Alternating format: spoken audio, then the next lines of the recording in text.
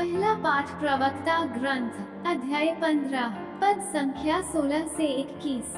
यदि तुम चाहते हो तो आज्ञाओं का पालन कर सकते हो। ईश्वर के प्रति ईमानदार रहना तुम्हारी इच्छा पर निर्भर है। उसने तुम्हारे सामने अग्नि और जल दोनों रख दिए। हाथ बढ़ाकर उनमें एक का चुनाव करो। मनुष्य के सामने जीवन और मरण दोनों रखे हुए हैं। जिसे मनुष्य चुनता वही उसे मिलता है। ईश्वर की प्रज्ञा अपार है।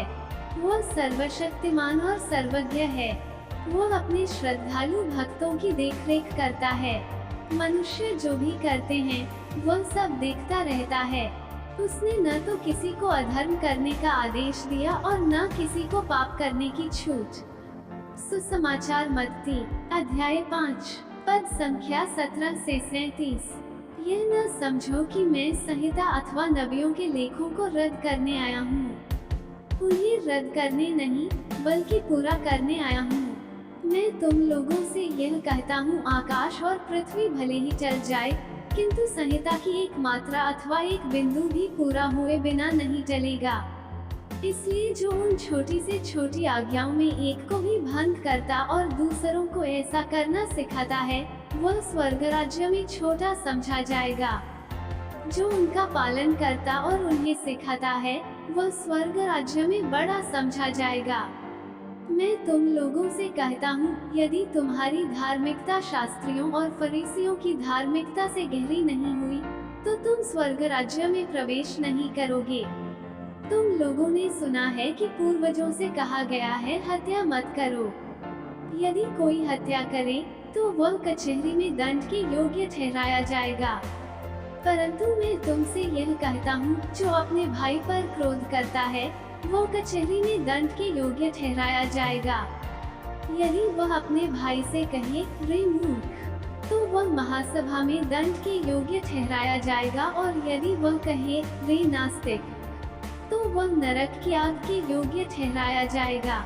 जब तुम वेदी पर अपनी भेंट चढ़ा रहे हो और तुम्हें वहां याद आए कि मेरे भाई को मुझसे कोई शिकायत है, तो अपनी भेंट वहीं वेदी के सामने छोड़कर पहले अपने भाई से मेल करने जाओ और तब आकर अपनी भेंट चढ़ाओ। कचहरी जाते समय रास्ते में ही अपने मुद्दई से समझौता कर लो। कहीं ऐसा ना हो कि वह तुम्हें न्यायकर्ता के हवाले कर दे, न्यायकर्ता तुम्हें प्यादे के हवाले कर दे और प्यादा तुम्हें बंदी गृह में डाल दे। मैं तुमसे यह कहता हूँ, जब तक कौड़ी कौड़ी न चुका दोगे तब तक वहाँ से नहीं निकल पाओगे। तुम लोगों ने सुना है कि कहा गया है, व्यभिचार मत करो। परंतु मैं तुमसे कहता हूँ, जो बुरी इच्छा से किसी स्त्री पर दृष्टि डालता है वह अपने मन में उसके साथ व्यभिचार कर चुका है। यदि तुम्हारी दाहिनी आंख तुम्हारे लिए पाप का कारण बनती है तो उसे निकाल कर फेंक दो। अच्छा यही है कि तुम्हारे अंगों में से एक नष्ट हो जाए, किंतु तुम्हारा सारा शरीर नरक में न डाला जाए। और यदि तुम्हारा दाहिना हाथ तुम्हारे लिए पाप का कारण बनता है तो उसे काट कर फेंक दो। अच्छा यही है कि तुम्हारे अंगों में से एक नष्ट हो जाए, किंतु तुम्हारा सारा शरीर नरक में न जाए। यह भी कहा गया है, जो अपनी पत्नी का परित्याग करता है वो उसे त्याग पत्र दे दे।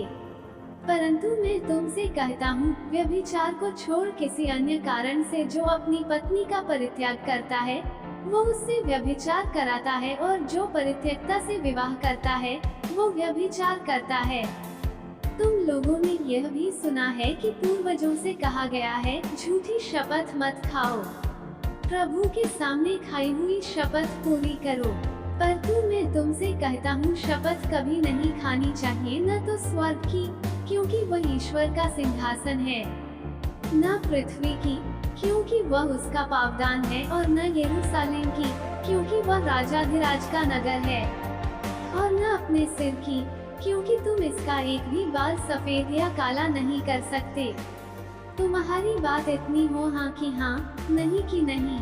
जो इससे अधिक है वो बुराई से उत्पन्न होता है। मनन चिंतन। आज का सुसमाचार पर्वत उपदेश से है, जहाँ यीशु अपने अनुयायियों को धार्मिकता और संहिता के बारे में सिखाते हैं।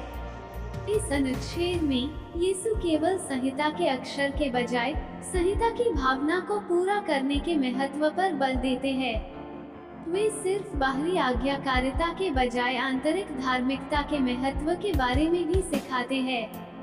इस संदर्भ को इस तरह समझा जा सकता है कि यीशु ने अपने समय के धार्मिक नेताओं द्वारा सिखाई गई शिक्षा की तुलना में धार्मिकता के लिए एक उच्च स्तर स्थापित किया है। पद संख्या 17 में यीशु कहते हैं कि वे संहिता को रद्द करने नहीं, परंतु उसे पूरा करने आए हैं।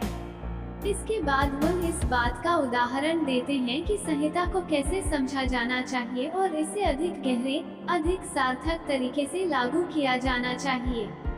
उदाहरण के लिए पद संख्या 21 और 22 में यीशु सिखाते हैं कि क्रोध हत्या के विरुद्ध आज्ञा का उतना ही उल्लंघन है जितना वास्तव में हत्या करना। इसी तरह पद संख्या 27 और 28 में यीशु सिखाते हैं कि एक महिला को वासना से देखना व्यभिचार के विरुद्ध आज्ञा का उतना ही उल्लंघन है जितना कि वास्तव में व्यभिचार करना। इस तरह यीशु नियम या संहिता के प्रति केवल बाहरी आज्ञाकारिता के बजाय आंतरिक धार्मिकता के महत्व पर बल दे रहे हैं। पद संख्या 31 और 32 और 33 और 37 में यीशु अपने वादों को निभाने और विवाह की पवित्रता के महत्व के बारे में भी सिखाते हैं। वो हमारे संबंधों में पूरी तरह से प्रतिबद्ध और विश्वास योग्य होने के महत्व पर बल देते हैं, न कि केवल आधुनिक चलन या सरल राह की ओर चलने के बजाय। पर्वत उपदेश का यह अंश हमें नियम या संहिता की भावना को पूरा करने के महत्व और आंतरिक धार्मिकता के महत्व के बारे में सिखाता है।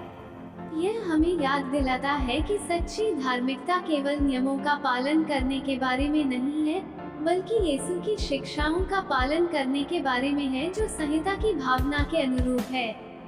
आमीन।